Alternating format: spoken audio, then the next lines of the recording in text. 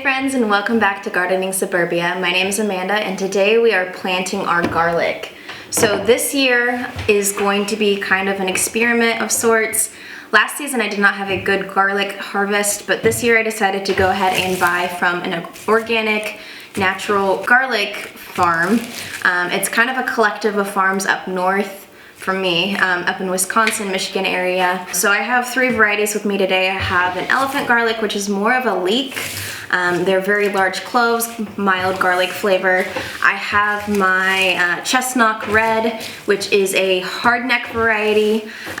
These actually are more adapted to the super cold weather that is common here in the north. So I'm really excited to grow these. They do produce less cloves just because the stalk of the garlic kind of cuts through the center of that bulb. And then lastly, I have my soft neck variety, which is the Nootka Rose. These are a really good storing garlic just because they last 9 to 12 months when you properly cure them. So I'm really excited about using these guys.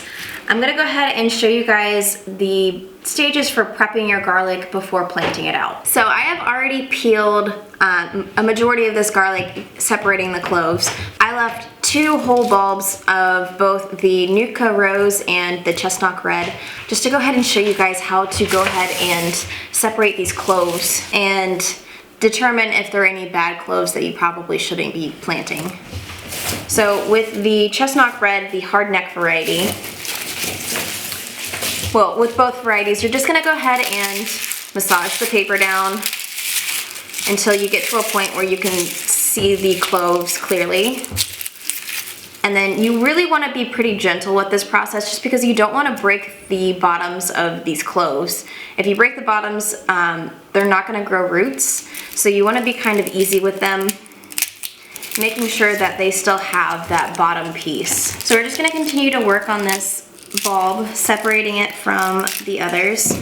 So one thing I did read off of the Keene Organics website was that it doesn't really matter if the paper on your cloves comes off or not. The garlic will still grow, but do try your best to kind of keep that papering intact. And then as you're separating out your cloves, just make sure that there is no weird gashes or anything like that. I had so far 1 clove from the Chestnut Red that is actually kind of gone bad.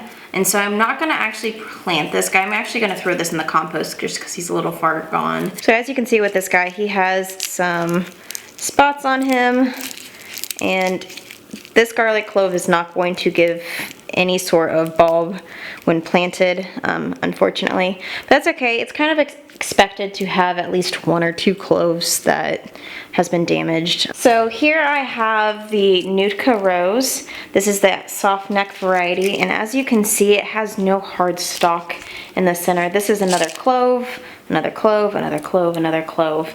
So this has no stalk in that center bit. But when we look at the hardneck variety of the Chestnut Red, you can see that this stalk goes all the way down to the root system. So this is what gives that really tough neck nature of the hardneck varieties, but it also takes away space from potential cloves that could be in this garlic, which is why hardneck varieties of garlic typically produce less cloves than that of the soft neck varieties.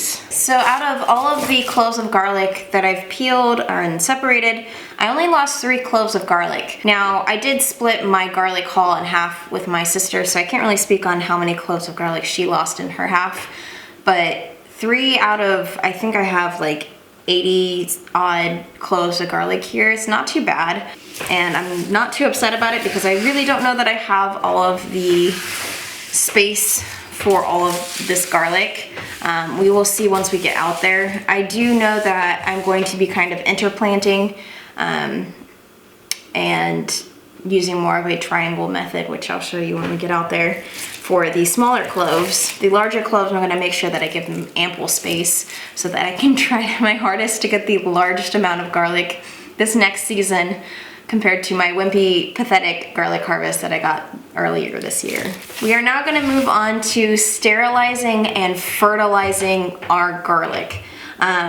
So when I looked up some directions on the Keene Organics website, They said to sterilize for 10 minutes. You can use anything from rubbing alcohol, hydrogen peroxide, vodka, whatever you have on hand. I honestly thought I was out of everything that could be used as a sterilizer, but I realized I have some hydrogen peroxide. So I'm gonna go ahead and use this. I have about 8 cups of water in this giant bowl, and I think I'm gonna use about half of what's in this. I think I have about 3/4 of a container. And I'm just going to, I'm gonna remove my tags. And I'm just gonna dunk these guys into this solution and let them rest for 10 minutes. This is gonna remove any potential microbes or organisms that are on these garlics, so that I'm not introducing them into my gardening space. I already have enough pests, I don't need any more. This is not necessary, but I'm gonna do everything that I can in order to get a larger garlic harvest this season than I did last season. So this was one of the suggestions, and on Keene Garlic's website, they say that they do this and they feel like it has been producing larger bulbs for them in the past 15 years that they've been doing it than not doing it. So I'm gonna do it. So I'm just gonna go ahead and dunk these guys in, making sure that all the papers are nice and wet.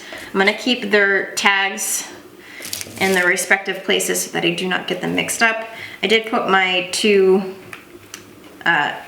soft necks and hard neck varieties in different colored bags. I can easily tell the elephant garlic from the rest. I'm gonna go ahead and set a timer for about 10 minutes, and then we'll go ahead and shake these out, let them air dry for about 5 minutes, and then we'll start doing the fertilization step. So I don't have quite a gallon of water.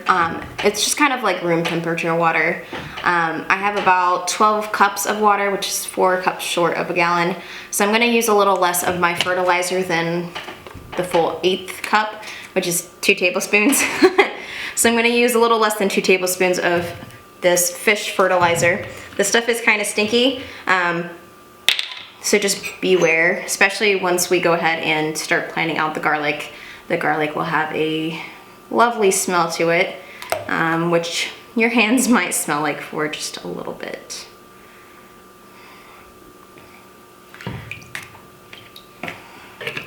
It honestly kind of smells like if you were to leave your garbage can with really yucky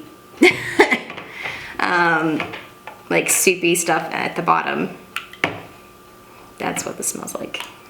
So I'm gonna go ahead and stir this in really well, and then we're going to set our garlic cloves in here, and they're going to rest in this for about 30 minutes.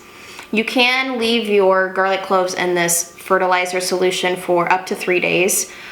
By day 3, your garlic cloves will have developed roots. If you do leave them in for that long, I would recommend to be very ginger with your garlic, just because breaking the root systems on them when you go to plant them can actually damage your plant, but it can be done. I'm gonna go ahead and just do the 30 minutes, just because I really want to get these planted out today. And I'm not really looking to get them to root so much as to give them a whole bunch of nutrients to go into winter. All right, so we're gonna plop in the elephant garlic, Nuka rose, and then our chestnut red. Really, the main goal of doing a fertilizer soak is to ensure that your plants, garlic cloves, get a really good dose of nutrients before they go into a dormant state. Giving these nutrients to these cloves will go ahead and ensure that they survive past that cold frost that we should be getting here soon. All right, friends, our garlic is done fertilizing. I went ahead and I used the water on some plants outside that needed a little extra love, like my brassicas. So it's all been drained. We are just left with our garlic cloves that have been sterilized, fertilized, and finally it is time to go ahead and plant these guys out. So let's head out into the garden. All right, friends, this is our new addition to the garden. This is a raised bed that I built just the other day. It is filled with a bunch of really nice organic materials, mostly wood and sticks from my backyard back here. So for this garlic, I'm gonna go ahead and place my elephant garlic on this front half of the bed, and then I'm gonna put my chestnut red, my hardneck variety, in the center, And then at the very end, I'm gonna put my Nootka Rose, that soft neck variety. I have way more Nootka Rose bulbs, which is to be expected, versus my hard neck of the Chestnut Red. So the ideal plant spacing for these guys is about 4 inches up to about 8 inches away from one another. I'm gonna go ahead and start with my elephant garlic up here, and then I'll move down my bed. This bed is a 4 by 8 bed, which is bigger than I was anticipating. I was actually planning on just doing a 3 by 7, but with my wood and lack of power tools, 8 by 4 made it a lot easier for me. I'm basically gonna just start out by making my little hole divots. I'm just gonna use the end of my shovel here just to make those holes. These need to be about 3 inches deep. So I'm gonna start here at the end, and my shovel actually has a little 4-inch marker, which is nice. So right here in the center, make a little hole. And this is gonna be a lot easier for me just because this soil is very new and fresh and very loose. But you can go ahead and just use the shovel. So I've got my first set of holes set on here. I'm gonna go ahead and explain how to go ahead and plant these guys. So the root portion of where these bulbs are gonna go facing downwards with the points facing up. And you're just gonna kind of smush them in there. Let's get these guys out. I'm not gonna cover them just yet so I can know where they are if I do decide to do some interplanting with these varieties.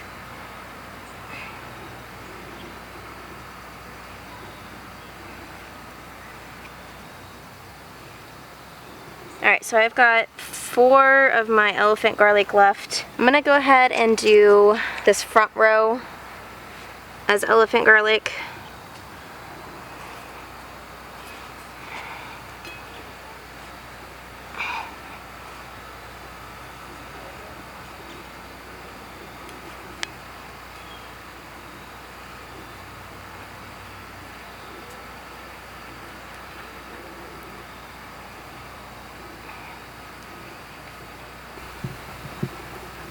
So I'm gonna go ahead and make those divots in the soil again.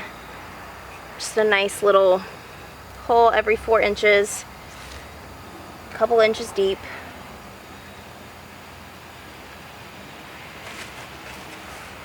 Make a couple rows of these just because there's a lot more of this variety of garlic than there were of the elephant garlic. I'm gonna start plopping these guys in.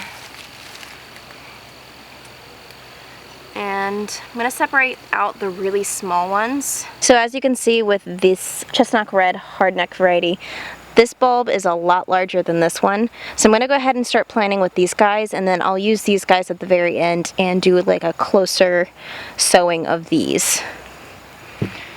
They do say that the larger the bulb, or the larger the clove is that you plant, the larger your bulb is. So after next season, if I get, fingers crossed, if I get really nice big bulbs of garlic, I'll go ahead and save the larger cloves for next season so I can continue to pick the best cloves of the crop to be planted so that years from now I will have just a really nice large clove of garlic for planting. So half of this row is my hardneck, half of the elephant garlic. Just for personal record.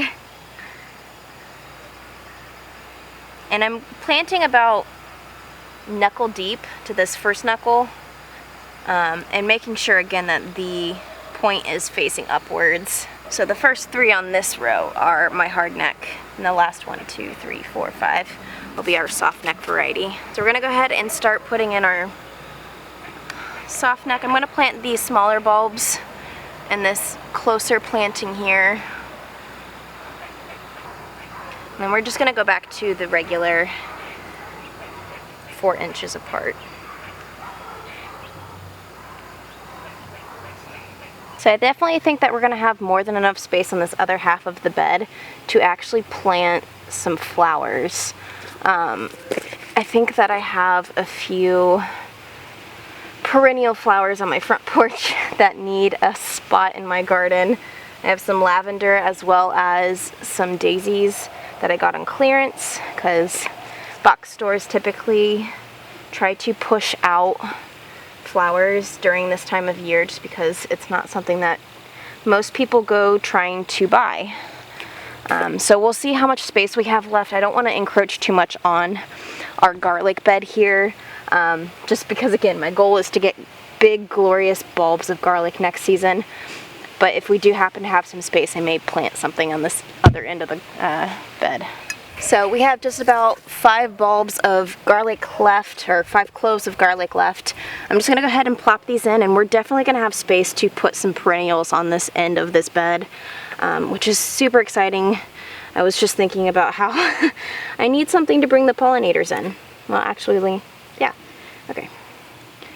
So these guys are in. I'm gonna go ahead and leave them uncovered for a second. I'm gonna go ahead and grab those perennials, and then we will go ahead and plop those in the ground as we're planting these guys out. I've got some beautiful lavender here.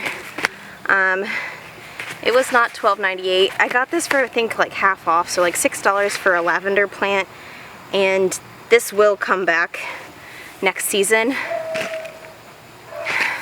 And it'll be very, very lovely to smell and rub my hands through. I love the smell of lavender, so I'm excited that I have a home for him. I was just gonna plant it up in my front garden. And then I have all of these Matok daisies. And again, these are perennials. So they look a little sad right now, but I got them for, I think, what were they? $3 a piece. So they were on sale because they look sad. But if I just take all the heads off and plant them in the garden and give them some good nutrients, they'll come back thriving, especially next season because they are perennials here in my region. This one already has some buds on it that are starting to come up. So these guys are all nice and pruned of dead flowers. They do have some dead leaves on them, but again, they'll come back. They'll bounce back as soon as I put them in some good nutritious soil that I have. Fresh soil, fresh manure, and they'll be happy to be in the garden. I think I'm gonna go ahead and plant my lavender in the corner. So let's get this in there. So I'm just gonna plant it in this corner here. Soil is super loose just because it is fresh. So I'm just gonna make a rather deep pool.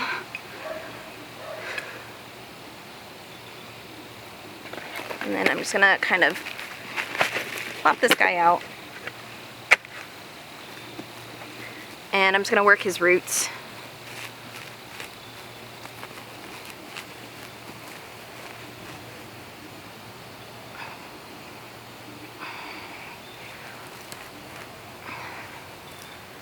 Push the soil in around him. Alright, and then we have a beautiful new plant in the garden. Bring some green to this brown mess. I think I'll do a daisy over here, and then I'll put the other 2 up front. Just because I don't want to take up too much space in this bed for flowers, but I do still want some flowers in this bed. So I'm going to take the one that looks a little more sickly, just because I want to get him in the ground before he dies. His roots don't look bad. He doesn't look like he has any root damage or any diseases on his roots. I'm going to loosen those up a little bit, and again, I'm going to put him in the corner.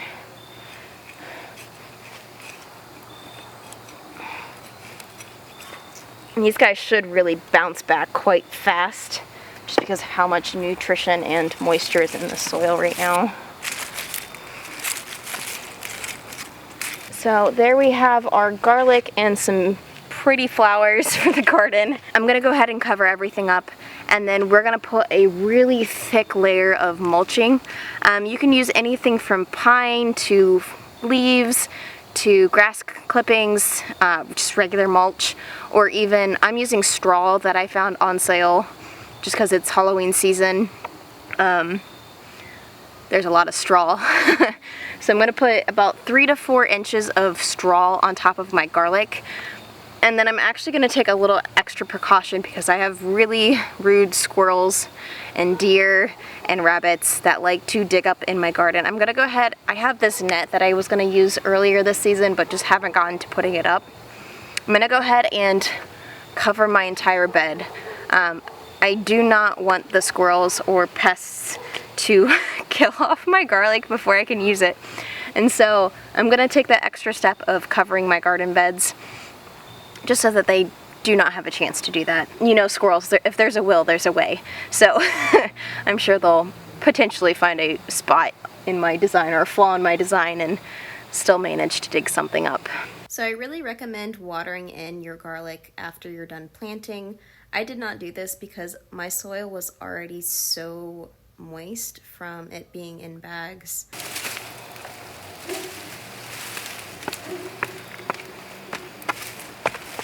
So this is the hay that we're going to use to cover up our garlic. My dog's out here right now, so sorry if you hear him in the background. So I'm just going to go ahead and start trying to layer this on. I need to take some out so I can loosen up the strings.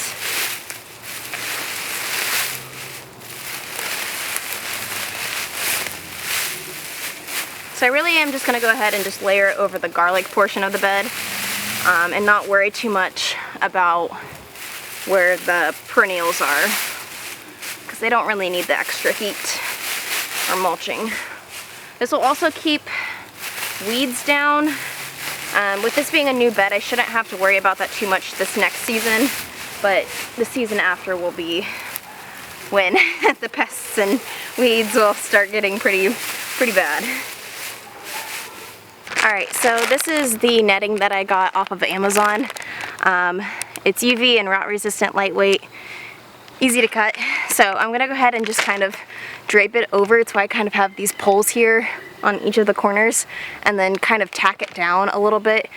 Hopefully the squirrels won't figure that out and won't get in. Putting up this netting by myself was incredibly hard, so I do recommend having a buddy to help you put this up if you do use this. Alright guys, our entire garlic bed has been planted. I have this beautiful mesh up. Hopefully this keeps the squirrels out. We'll see. I have it just kind of draped over this one corner so I kind of have an easier access to the bed if I need it, but we'll see. I was a little sad about putting tacks into my new bed, but anything to keep the squirrels away. So I hope you guys have enjoyed this video and that you guys learned something along the way, and hopefully your garlic harvest next season is bountiful, and I wish you the best. If you guys want to go ahead and check out any of my other videos, I'll go ahead and link a few of them up here, and then please don't forget to like and subscribe. Thank you guys, and I'll see you next time.